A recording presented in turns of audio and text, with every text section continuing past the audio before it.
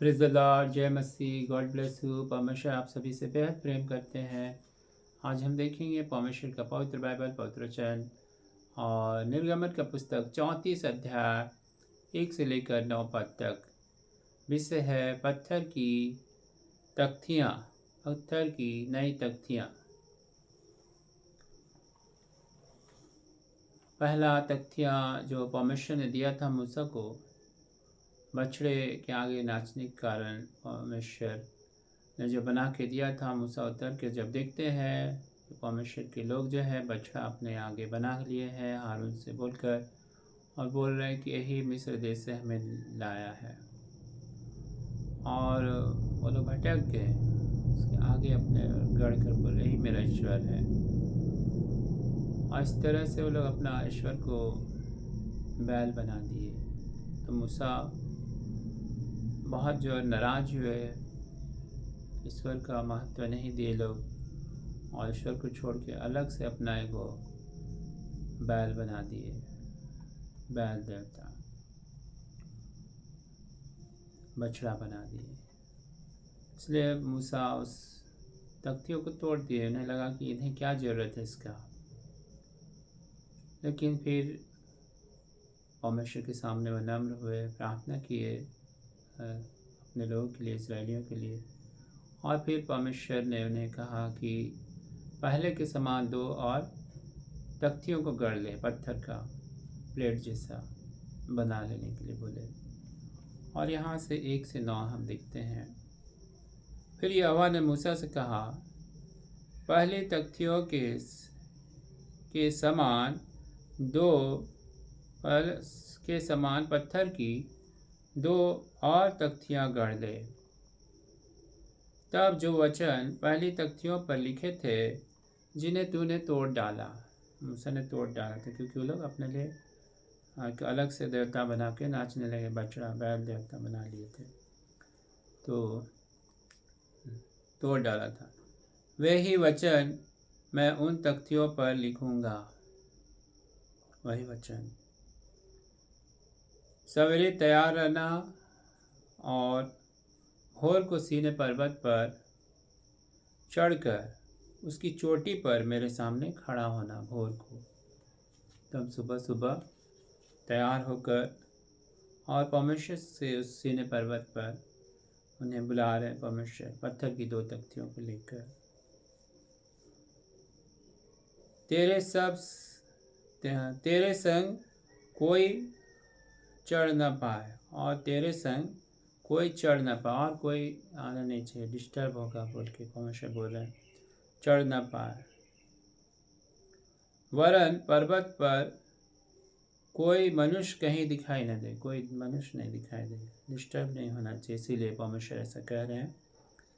और न भेड़ बकरी और न गाय बैल भी पर्वत के आगे चरने पाए। तब मूसा ने पहली तख्तियों के समान 2 और तख्तियाँ गढ़ी, और भोर को उठकर उसके संग वहाँ खड़ा होकर यहोवा नाम का प्रचार किया।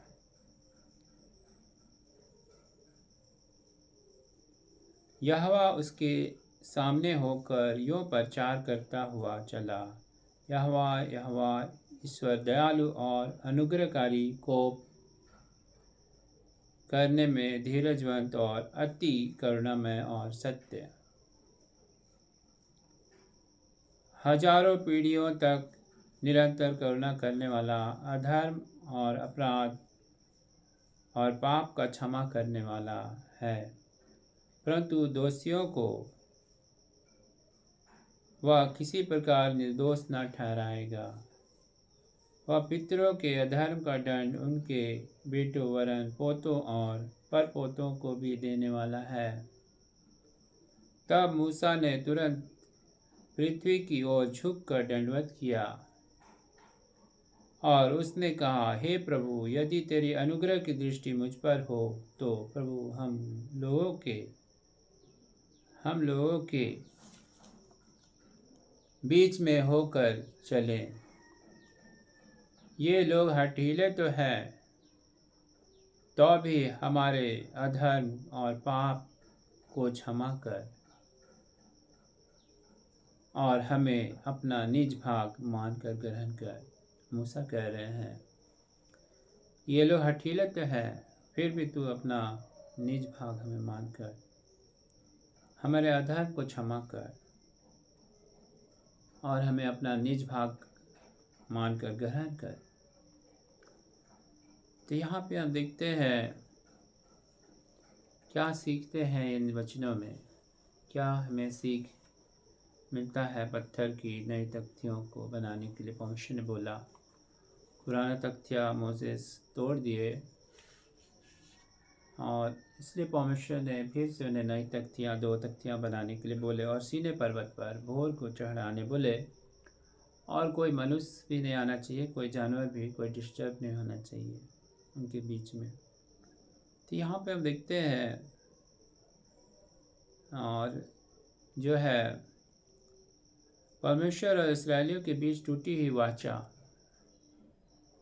के नवीनीकरण, परमेश्वर की ओर से क्षमा और 10 आज्ञाओं की अस्थायी प्रकृति को दर्शाती है।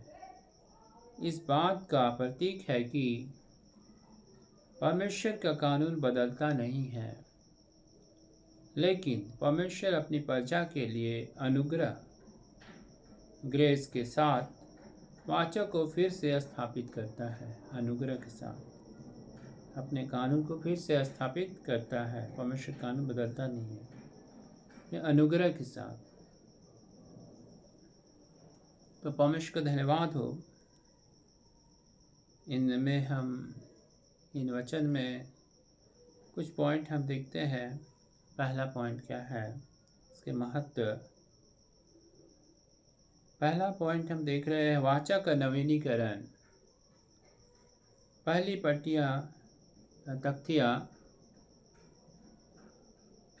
तख्तियों को बछड़े की पूजा के कारण तोड़ दी गई थी।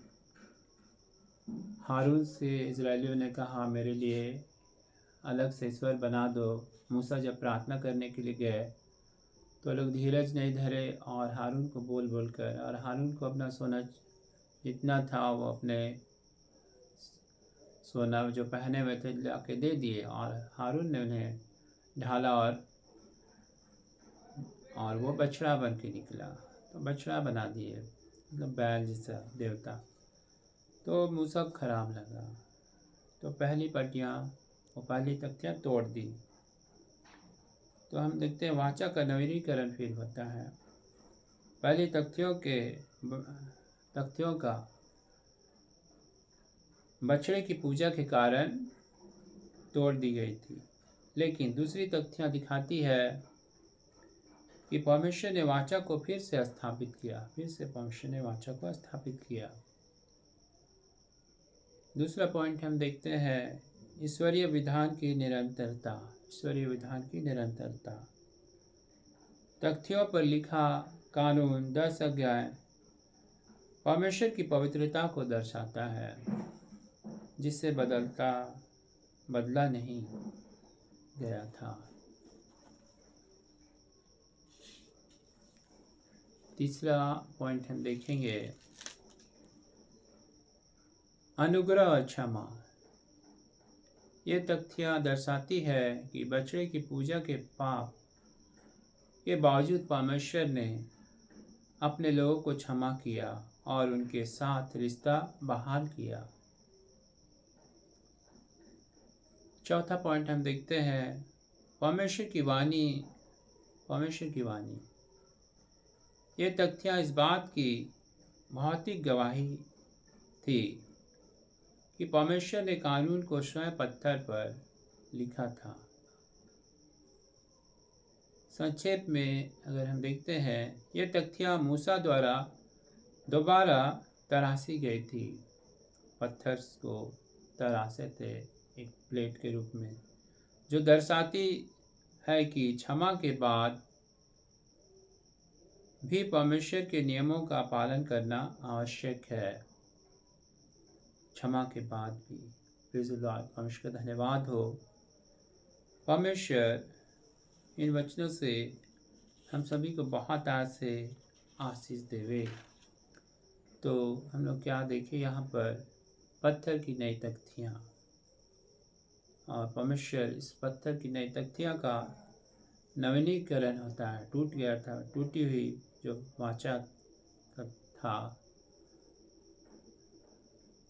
जो पत्थर की दो तख्तियों के समान, पत्थर की दो नई तख्तियाँ परमेश्वर और इस्राएलियों के बीच टूटी हुई वाचा के नवीनीकरण और परमेश्वर की ओर से क्षमा और आज्ञाओं की अस्थायी प्रकृति को दर्शाती है। इस बात तक का प्रतीक है कि परमेश्वर का कानून बदलता नहीं, लेकिन परमेश्वर अपनी प्रजा के लिए अनुग्रह के साथ वाचा को फिर से स्थापित करता है। Praise the Lord. इन वचनों से प्रभु बहुत आज से आशीष दे। जय मसीह की। God bless you.